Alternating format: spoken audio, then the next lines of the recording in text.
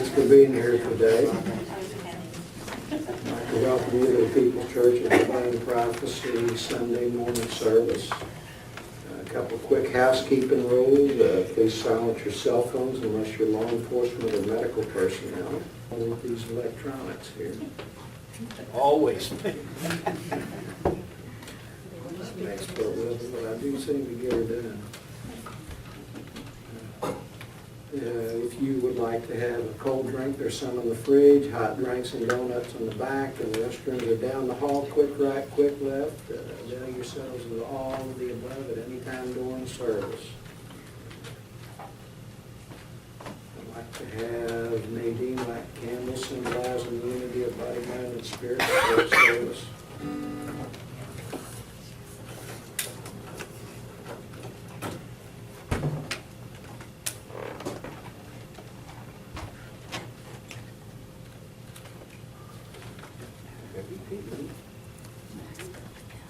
Please stand for the invocation and remain standing for the first hymn.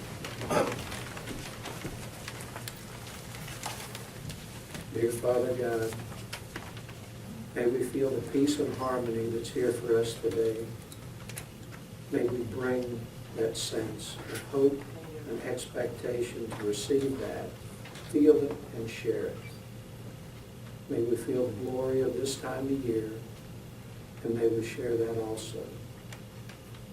May we sense those of like mind and like spirit around us, and either give or receive as our need is in the moment here today. May we feel that unconditional love from God above. May we feel that from those around us, and may we make that the theme for today. Amen. Amen. In the yellow pages? In the yellow pages, I'll Fly Away, hymn number 9.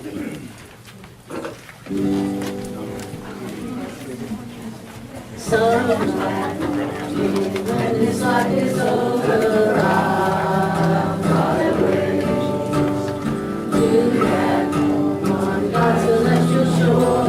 I'll fly away. I'll fly away, oh glory. I'll fly away in the morning when I die. Hallelujah, by and by. I'll fly away when the shadows of this life have flown. I'll fly away like a bird driven by a storm. I'll fly away. I'll fly away, oh glory. I'll fly away in the morning when I die. Hallelujah, by and by. I'll fly away. Just a few more weary days and then I'll fly away to a land where joy shall never end. I'll fly away. I'll fly away, oh glory. I'll fly away in the morning when I die. Hallelujah, by and by. I'll fly away. One more time. I'll fly away, oh glory. I'll fly away in the morning when I die. Hallelujah, by and by. I'll fly away. Please be seated. Next portion of the service is a reading by a pastor, which is where I speak about something I've encountered the past week and try to put it into a spiritual perspective that I'm trying to bring into my life. Lord knows that's difficult sometimes. The world's definitely the world, and first I'd like to say Merry Christmas to everybody, because Christmas is going to come and go by the time we see each other, so take time to spread that joy and happiness. The past week's been one of them ones where if you was in a fist fight, you'd be wondering if you was winning or losing. You know? But what I come to realize, I was still standing, so I had to have something going for me.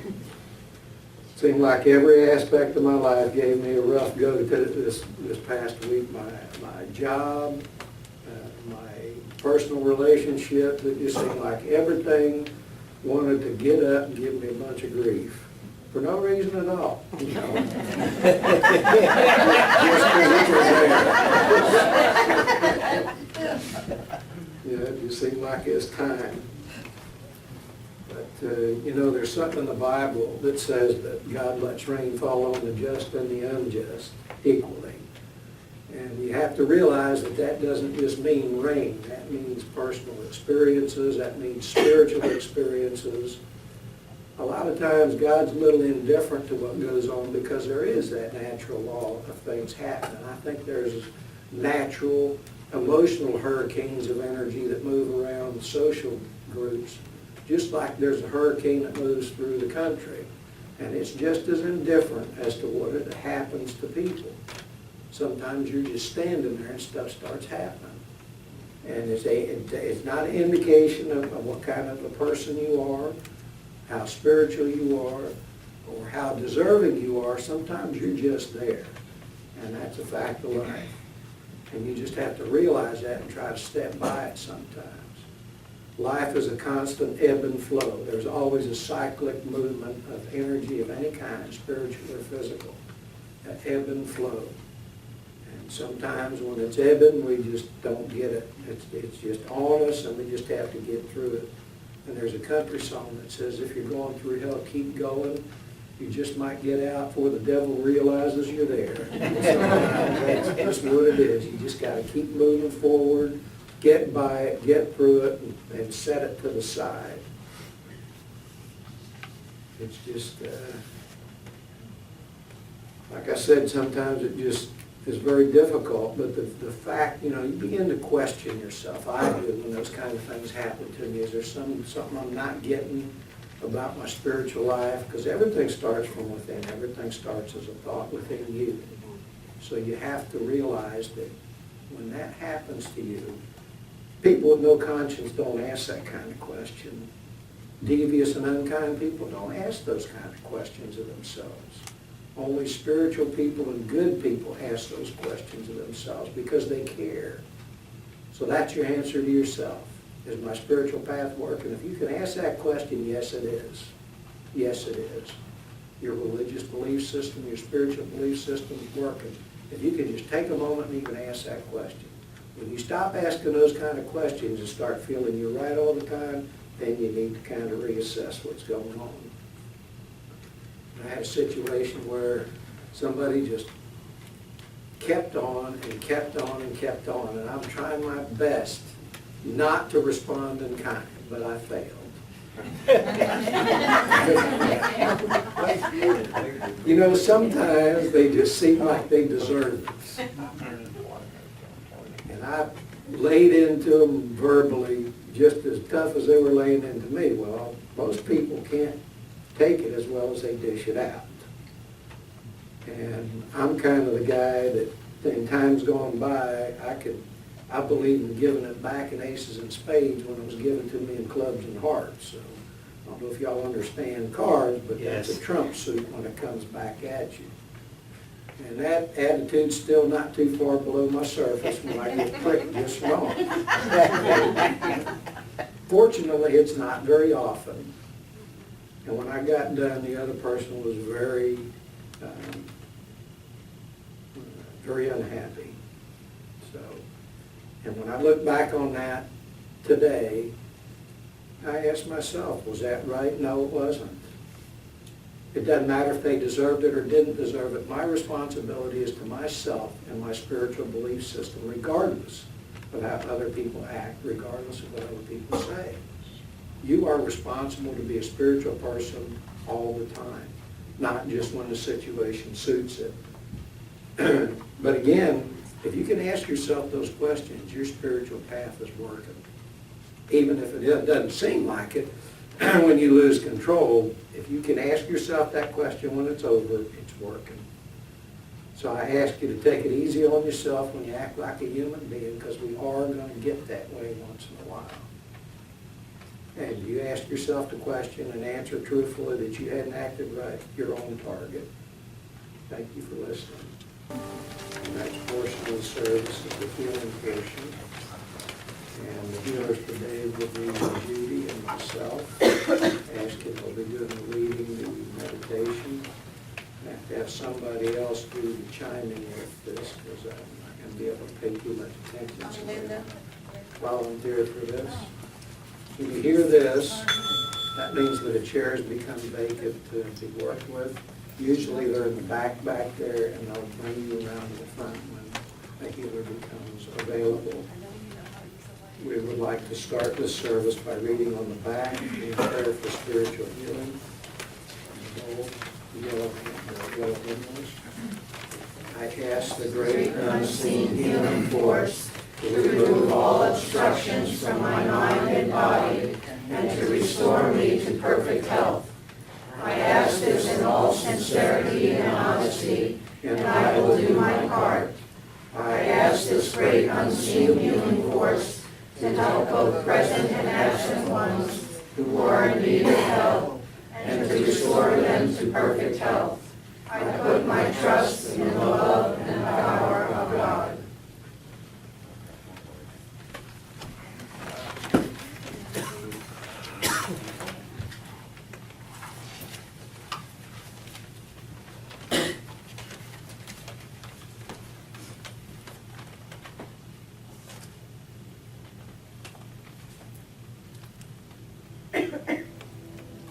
Good morning. Good morning. Let's get ready for the meditation. Find a comfortable position to sit. There is no tension on your physical body. Just relax your body. Let go of the tension in your physical body. Let go of the thoughts that are occupying your mind.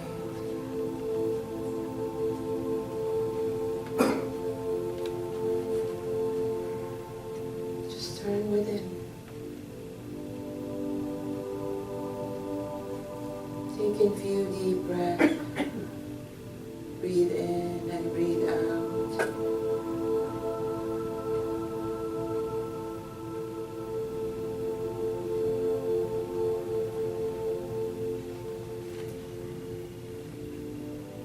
Bring your awareness and your focus to your breath.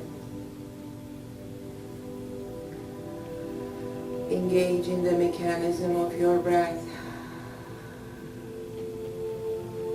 Feel all the thoughts flying away from your mind. Just follow your breath. Feel the motion of your breath.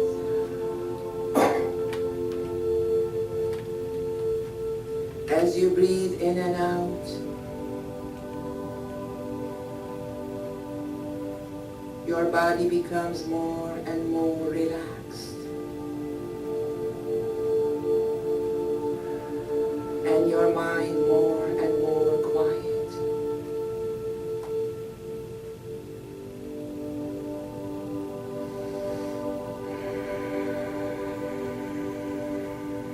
Feel your breath taking you deeper within yourself to a very peaceful and quiet presence that is within, that feels very calm and soothing.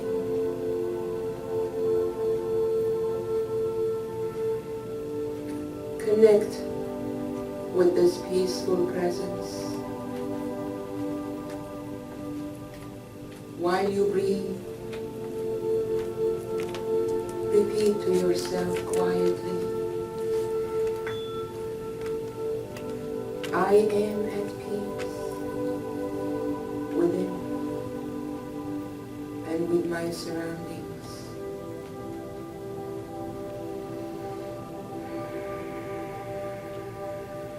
With each inhale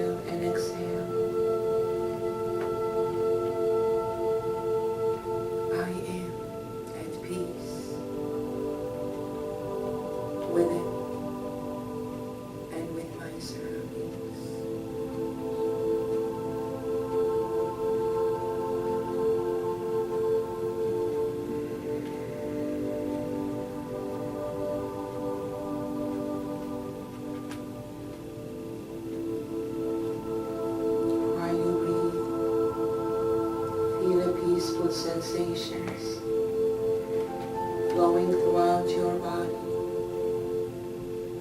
your mind, your spirit, while you repeat, I am at peace within and with my surroundings.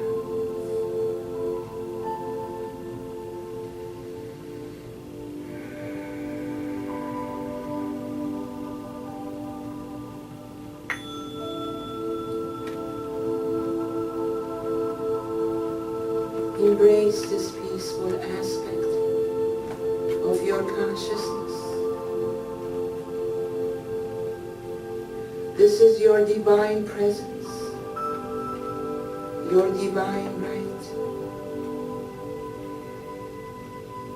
You are meant to be at peace, always,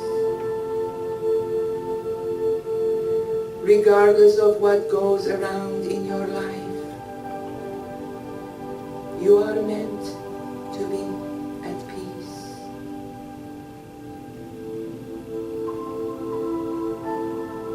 Embrace this peaceful aspect of your consciousness and be still. Be still within.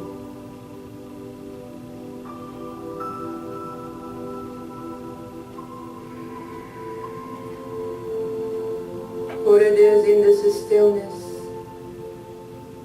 that you experience wholeness. It is in this stillness that you feel content with who you are.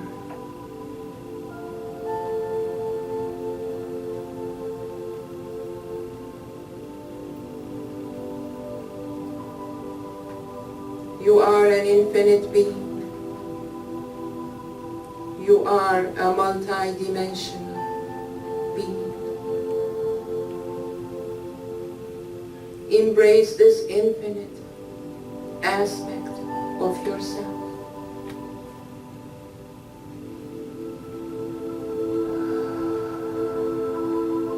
As you embrace, feel your consciousness rising higher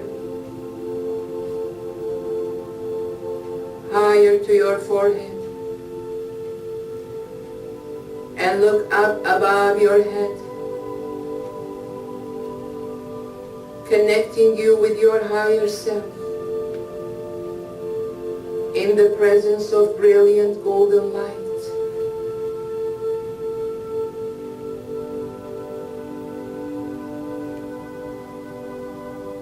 Connect with your higher self, your infinite self, the source of all divine knowledge and wisdom, the source of infinite potentials and possibilities.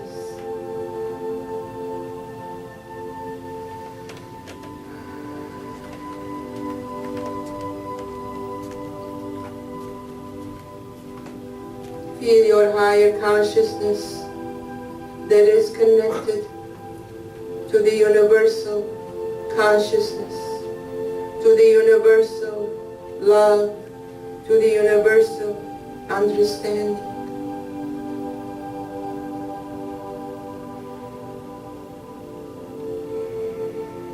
Become aware of your higher self.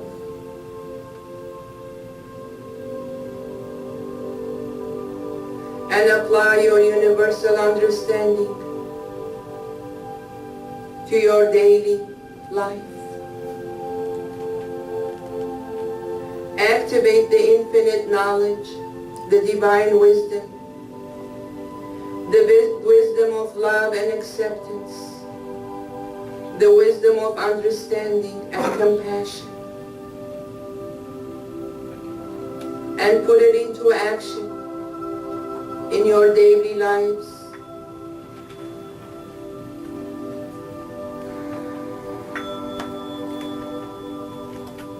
As you go through experiences, trials, hardships and difficulties.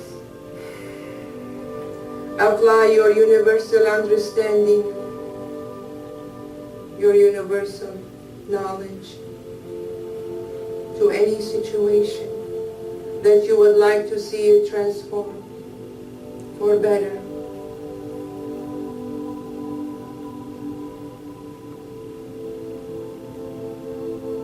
Tap into the vastness of your spirit and discover the hidden potentials, your hidden potentials that are within your consciousness. You have the power to heal yourself. You have the power to heal the others. You have the power to heal the earth.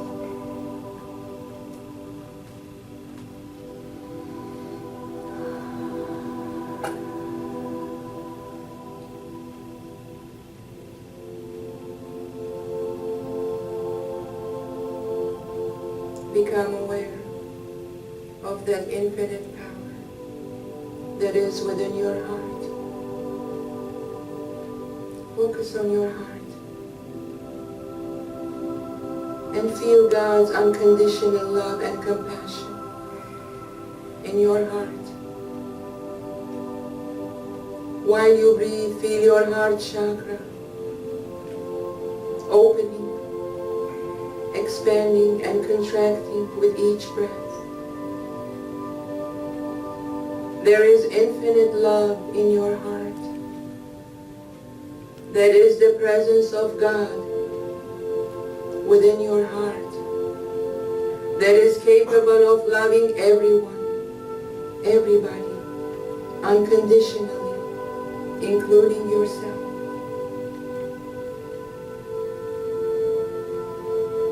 Activate that power that is in your heart. There is one true power, the power of love. While you breathe in and out, feel this love energy pouring out and flowing from your heart, flowing from within and without.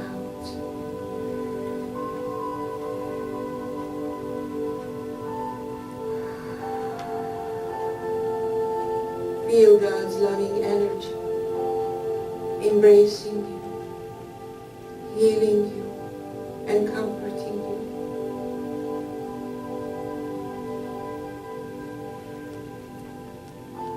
Breathe in and breathe out and feel the flow of this beautiful, gentle, and warm energy that is embracing you.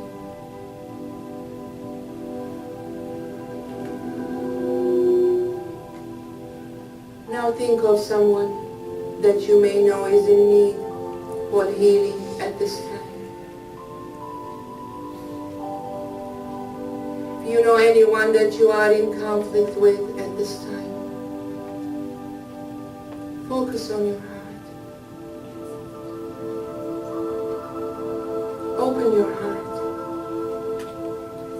and send this loving, God's loving energy to that person.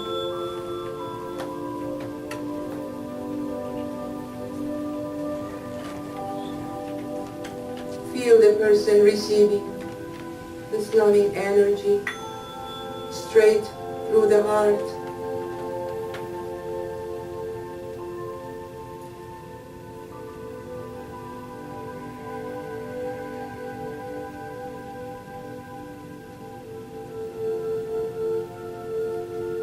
Send your healing energy to anyone, to any situation. Let it reach far out, everywhere.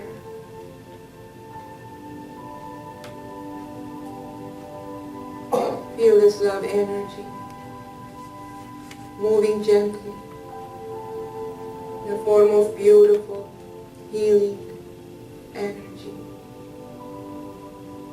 embracing Mother Earth, healing Mother Earth.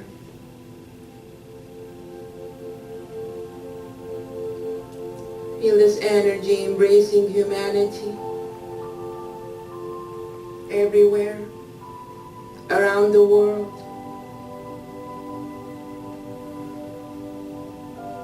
Envision the people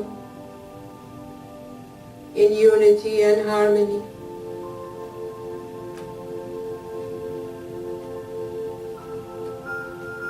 See this energy embracing all the minerals, all the plants, all the animals.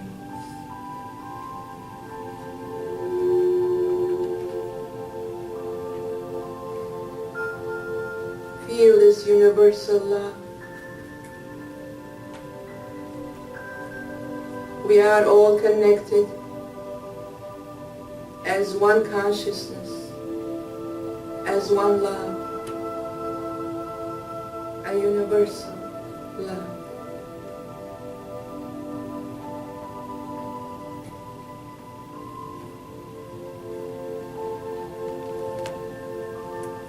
You become one within and with all and with everything.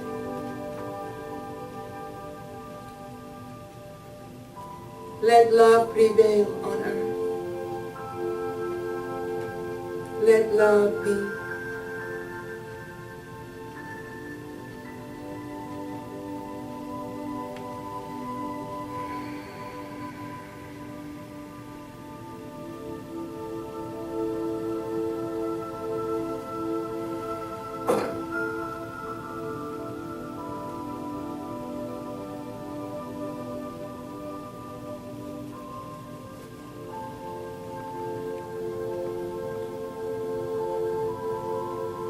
Surrender to your sacred heart. Surrender to your essence.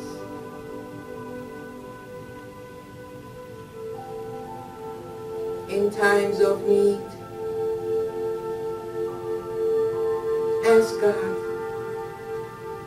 to give you the serenity to accept the things that you cannot change. To give you the courage, what you can change, and the wisdom to know the difference.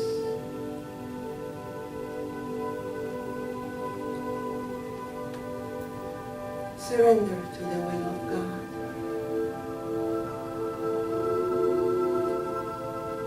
With God, all things are possible.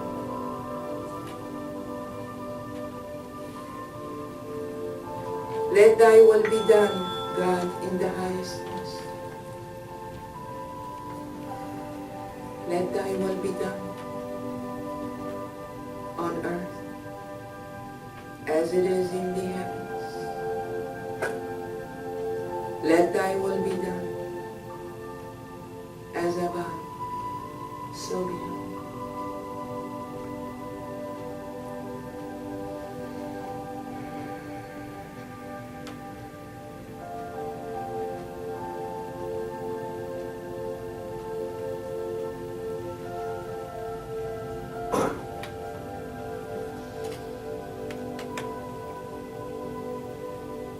All the qualities, the understanding, the universal love and compassion down to your physical reality and put it into action here in this physical plane.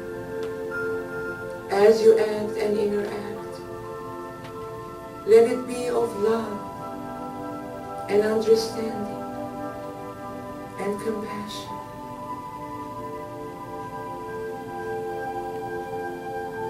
Wherever you are, whatever you do, just be the love that you are. Be the love that you are.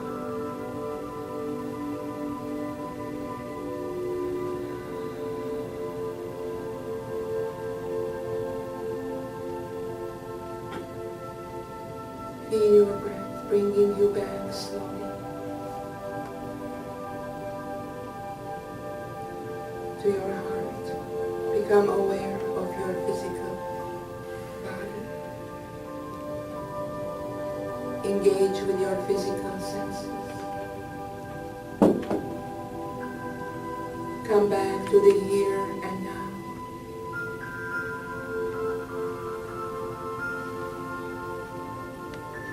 When you're ready, you can open your eyes.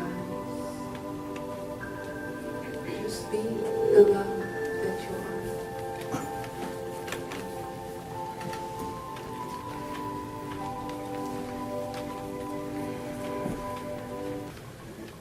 We'll close this portion with an inspirational reading.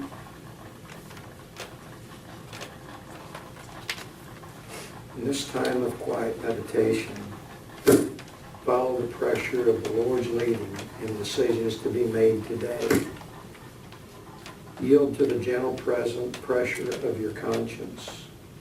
Stay or go as that pressure indicates. Take the events of today as part of God's planning and ordering. He may lead you in the right decision. Wait quietly until you have an inner urge, a leading, a feeling that the thing is right, a pressure on your will by the Spirit of God. The next portion of the service is the inspirational lecture. Today we have Rev Diane Davis, currently from the Casadega Spiritualist Camp, to do a lecture today. She always has a unique approach with a certain sense of humor about life. A little satirical at times, but still funny. And I always enjoy hearing her speak, and she has a lot of wealth and wisdom that she's managed to turn into spiritual knowledge. So please welcome Rev Diane Davis.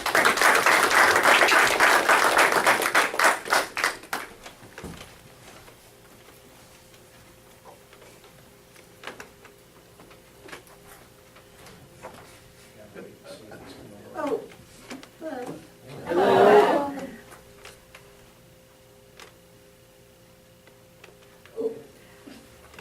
Well, this morning, I wanted to talk about the gift of your presence. Because this holiday season is interesting to me to observe.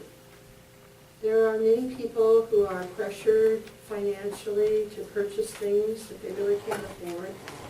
And yet there's a feeling of obligation and also a feeling of desire to pursue something that they can do for their family or very good friends. And there is no harm, no foul in any of that. And yet, in nature, there's a wonderful law of expansion and contraction that moves and flows throughout our day. And so consciously, our mind is going in and out and in and out. It was interesting to hear Steve comment that he kind of lost it. Is that what you said? Pretty much. I didn't want to be too satirical. And the beauty of it is that for any of us, we expand and contract constantly and have that availability at any moment. At any moment in our lives, we have choice, and those choices are many times things that pull us down and sometimes pull us into being within ourselves to make new determinations, new clarity, new understanding. Having the presence of mind, it's interesting. I don't know how many of you watched 60 Minutes last Sunday. A really fascinating story was about John Kabat-Zinn and how he has programs where people are literally paying for this experience now of somebody to take away their electronics for 2 days or 3 days and help them meditate. Mm-hmm. Who knew? And it was a really interesting story, and he's very well cultured in what he does. And he has many people that are the CEOs of businesses and large-scale celebrities, etc., who are paying this person to take away their electronics and learn to sit. It is a thing called mindfulness. And mindfulness is a gentle effort on anyone's part to participate continuously in being present in any event. How many times we are involved in something where our mind is moving ahead, when we lose it, and I myself don't lose it. And if you believe that, there truly is a problem here. But the mindfulness is the ability to be in an event and not necessarily letting your mind move into one of those instinctive places I've mentioned before, where the mind goes into its self-defensive posture. That's one of the most instinctive things our thought process does. There are three, count them, instinctive moves. One is self-preservation, self-defense. It's immediate. Somebody's yelling at you, somebody's arguing with you, somebody's being inappropriate, and it's easy to go into defending against that, or feeling that energy, whether you respond to it or not. The second is consistency, where we want consistency in our lives. We want to feel that the holiday season continues to have the holiday feel that we might have enjoyed as children, that we might have felt excited about in one holiday when something special occurred, where we might have watched It's a Wonderful Life 25,000 times. And we want that for ourselves. We want to feel that whatever the trauma is or the difficulty in life is, we want to feel that we can get beyond it and have some glorious feeling. The third instinctive place of the mind is exploration. And when you can explore, when you have a sense of discovery, then you have an ability to create more and more. It allows you to know when to stay silent. It allows you to know when to speak up, because sometimes speaking up isn't a bad thing either. To confront means to examine. And confrontation, as Steve mentioned earlier, is not something that people easily do when it's one-to-one or in a group situation. We always feel that, excuse me, if we confront an issue, somehow that means argument, and yet it may not. It may mean to examine what another person's feeling, what another person's experiencing, what a country is going through, anything in humanity, even looking at the animals and observing their behavior. So, I have allergies. Excuse me, I'm getting water. And they are talking to me today, rudely actually. But anyway, expansion and contraction, in listening to this report on mindfulness, I thought, wow, spiritualists have been doing this for a long time, where we learn about meditation, we learn to quiet. Whatever type of meditation you may have been exposed to, there is a point where it's a discovery and an exploration of focusing within. Excuse me.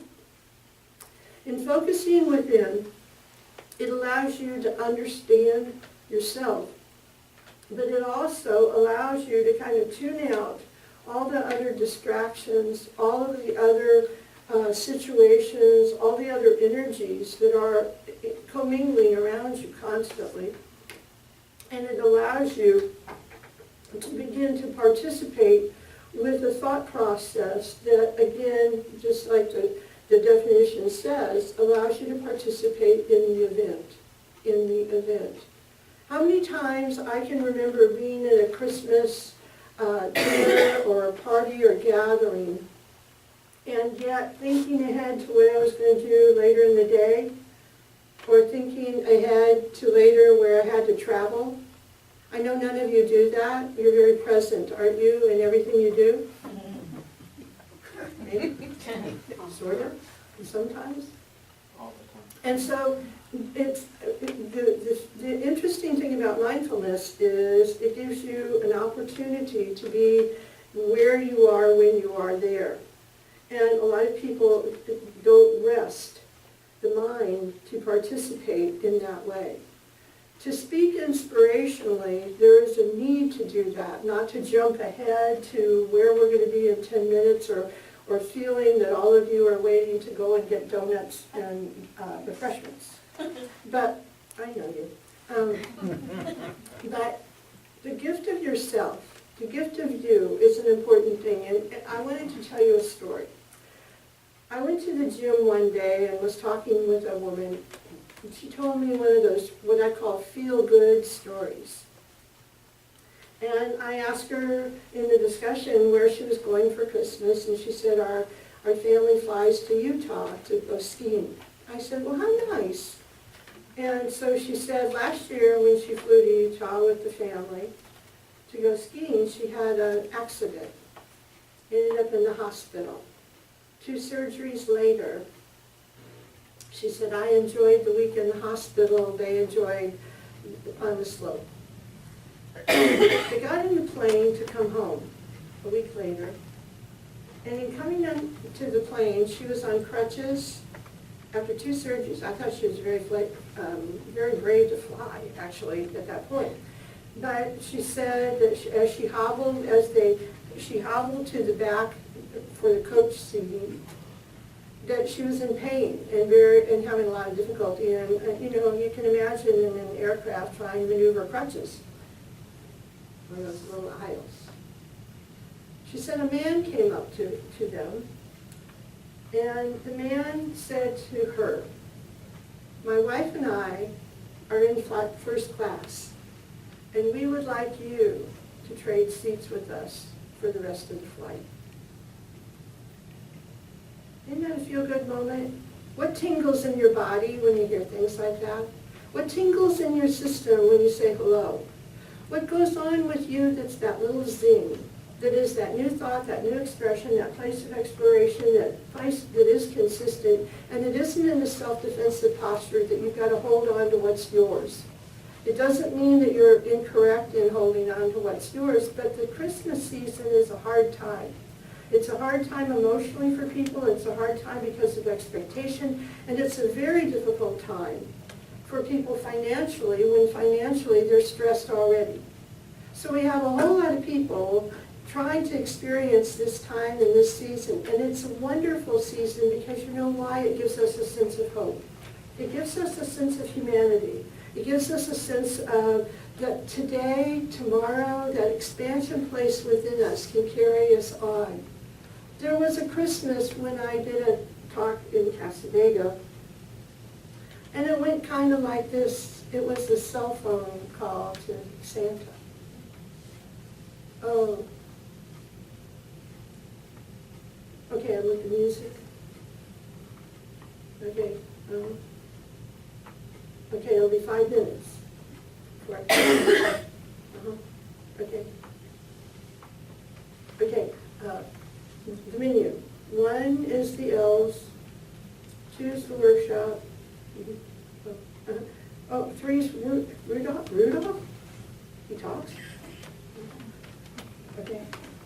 And the interesting thing with this was it was an opportunity to discover the magic of the moment. This Christmas is very special. In natural law, there is a place within each of us that expands constantly. You have a tendril that is linked to the infinite always. It's never destroyed because it is the soul of you. The soul of you is embraced by the infinite at all times. Regardless of what you think, regardless of when you lose it, regardless of what you do, you have never done anything that has disengaged that has taken away from the opportunity of you called life. And at this Christmas season, the beauty of your presence is that no matter what you've done, you've added to your existence constantly in this embodiment. And it's pretty wonderful. As you go through this experience of this time of year, the opportunity of your hope and the opportunity for your consistency of life is there. But that place of exploration, to me, is what you do when many of you are sitting and intuitively wanting to get impressions about somebody else, something else, or you're in meditation and you're reaching out in thought because there is some solution, answer, healing, opportunity that you're reaching toward. You know it, you've just done it. The beauty of that is it's open and available to you at any moment. It's the blink of the eye, it's the moment of the breath, and it's the minute of that feel-good moment. I put $1 in the Salvation Army kettle yesterday. You know, the ringing of the bell. And a lot of people don't, and this is not a good or bad. You don't need to do things just because somebody said you need to do them to be a good person. Where'd you hear it? You expand out when you discover something and when there is that place in you that is that want or desire that wants to take the next step, that wants to do the next thing, that wants to focus, because there is a mindfulness in being in the moment and being in the event. So I dropped the $1 in the kettle. But you see, what you don't know is it was to commemorate my mother.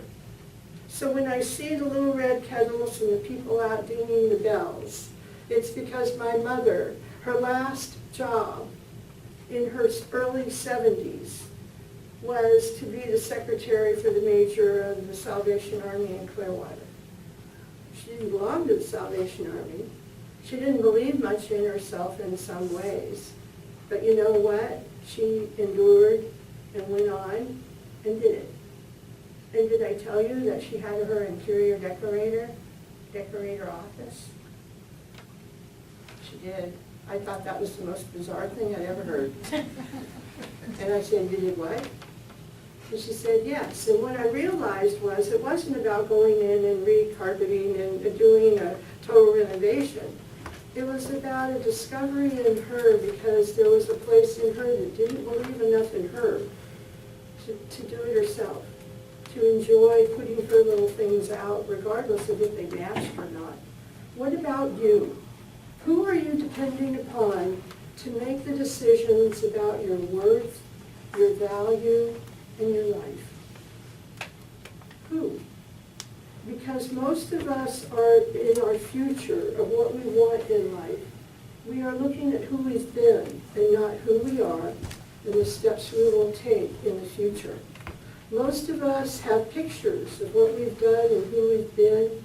You know, you've looked in the mirror how many days? You don't have to tell me. But you've looked in the mirror how many days and you've seen a particular person and you've experienced many things.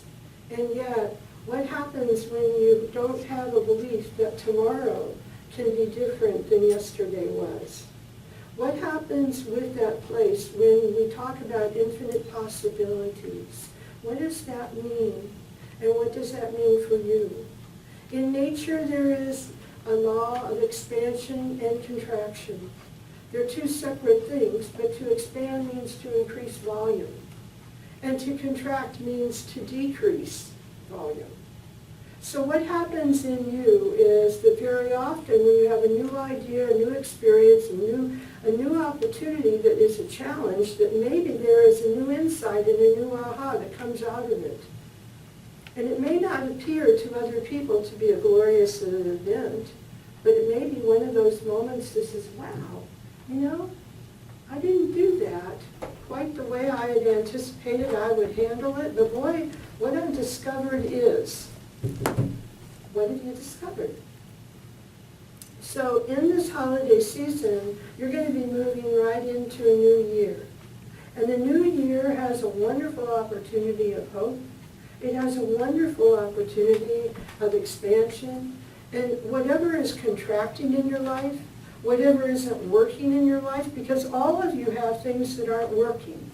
They're not working the way you thought. That consistency's broken up. You know I'm talking about it. And you know what? That's what creation's all about. The soul of you wants to create. It wants to create joyfully, impeccably, quickly. Yes. And that soul is linked to the infinite. And that soul connection to the infinite is the thing that connects all of us and unites us. Do you like the person sitting next to you? No, I'm not going to ask. But what happens is, what happens is we are in this together because we are all here. And so the energies of us, whether they are rattled and upset because there's challenge and discord, or whether they're harmonious and peaceful and everybody's sort of like jello, movement, flow. What happens is that every time you have a new thought, you have a potential to expand. Every time you have a different thought, you have the ability to contract in on the thing that you maybe don't want in your life anymore. And what happens with the fact that you hold on to those relationships and those experiences, I've watched this very large family get ready for the holiday. Oh my goodness. I mean, they have 8 children and little baby grandchildren, and they're out until midnight shopping, and then getting up at 4 in the morning to go to work.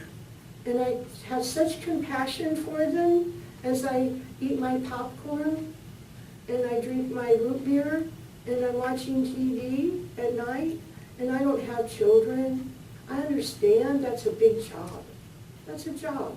Mother, father, whoever, we all have them. Aren't they great?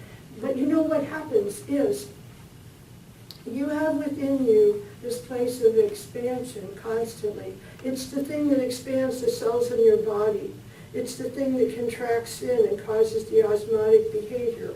It's the thing that has the neurotransmitters in your brain moving, flowing. Expansion and contraction is happening constantly. And we're seeing it in our humanity right now with the services, with the hymns, and carols, with the songs, and with the presence. What about your presence? What about the magic of it? What about the magic that happens when there's a synchronistic experience or an opportunity that is unusual or different for you? And it's something that you go, wow, that was really fun. My best friend of 43 years came in and spent the night yesterday and Friday. And it was delightful. We haven't been together for a while. And we both have senses of humor, and so it gets a little rowdy. But yesterday we went shopping. Not shopping like you're thinking of, but she's compulsive. What can I tell you? And I mean, we've closed some malls before. You know, start off at 10 in the morning and don't finish until 9:30 at night. Well, we did that years ago. Of course, I was wearing a younger woman's clothing then too. Anyway, so we went shopping, and I wanted to show her the new Goodwill store in Orange City, which is very impressive. It reminds me of a little hotel when you drive up to the back, and the back is like this, it's gorgeous. And they come out and they're willing to help you unload your car. I mean, it's just this wonderful thing. The store's very big. So she had asked about it. And I said, sure, we can go in. So we went in. And it was an interesting thing because there is a set of glassware that I had that I loved. And I have gone online, I have looked everywhere, I don't know who made them, and they are lightweight so that when you put liquid in them, they don't feel like you're holding a 20-pound hand weight in your... And I thought, after I broke the last one, I know you don't do this, but after I broke the last one, I thought, gee, I wish I could find where they make these, because I really have enjoyed this, and they're very good for me and my hands. And whatever. Okay, so we go into Goodwill, and I'm just looking around and biding time because I don't need anything there, and it's lovely people and saying hi, and I went over and looked at the books, and I bought a couple of the paperback books, and that was fun, and so then I'm just walking around, and all of a sudden I find 2 of these glasses, and they're over in housewares, and I went, oh my gosh, and they're brand new. And I'm like, oh, how fun, and I took them home. Now, that's as much of a feel-good moment as the people on the plane. That's as big as winning the lottery. I know you're going to disagree. However, you've got moments, and your life is moments tied into end. And those moments tied into end make up this wonderful tapestry called you. It's the tapestry of your life. It's the tapestry of everything you've done. Everything. Not just the bad stuff, not just the good stuff, all the stuff even in between that may not have felt as significant or important or as memorable. Every word that comes out of your mouth is energy and movement. Every word.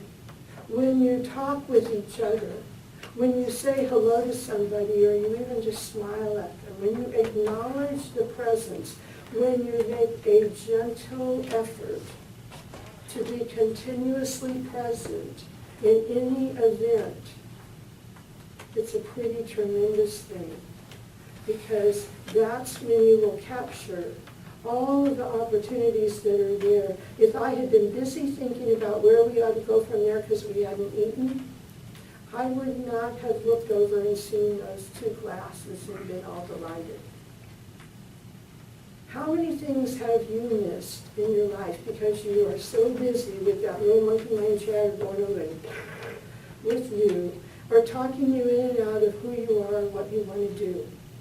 You've got a new year coming. You've got this wonderful sense of hope called the holidays. Christmas isn't just about religion in my book. It's about a sense of expansion that can allow you to see the infinite possibilities. You may not have had a lot of things under the Christmas tree when you were little. You may not have had a lot of things that allowed you to feel the fullness of what you witnessed in stories and movies and what you hear. But you have every moment to create a feel-good moment for you. And all it takes is your thought, your focus, and what you do with it. If you are sad or going through something difficult, that can be very real. If you are challenged, that is very real. If you are having job or vocational disturbances, totally real. And if you are in grief, that is real. We have a grief, we have a loss for relationships that change, for deaths, for changes of work, even changes of home. I even went through it with my car. I had a car for 13 years I called the Joy Mobile. That car, I had a magical experience in purchasing it, and I drove it all over this country because I used to do a circuit up in New England of churches and camps. You know, the interesting thing is that every moment of your life, you have an ability to reach out and touch, and you don't have to do something in order to be a better person. You don't have to do anything different than be who you are to be right and good and true, because it's you in you. If you feel that you have to do it another way, if you feel that you have to make choices another way, you go immediately into contraction. You see it? When you contract in, that is opportunity that isn't bad. You do that with your breath. You expand out, you breathe in. You're doing expansion and contraction. Your lungs are doing it constantly. What happens, though, is when you contract in and you beat yourself up, or you contract in and you hold to the misery of something, or you contract in and you can feel the limitation. There are certain things in my life I can't do anymore, and I mean this very sincerely, and it has to do with my age, and it also has to do genetically with whatever. Okay? You came into this embodiment with genetic propensities that make you susceptible to certain things. That doesn't mean you're going to get sick, and that doesn't mean you're always going to have problems, but you know it is what it is.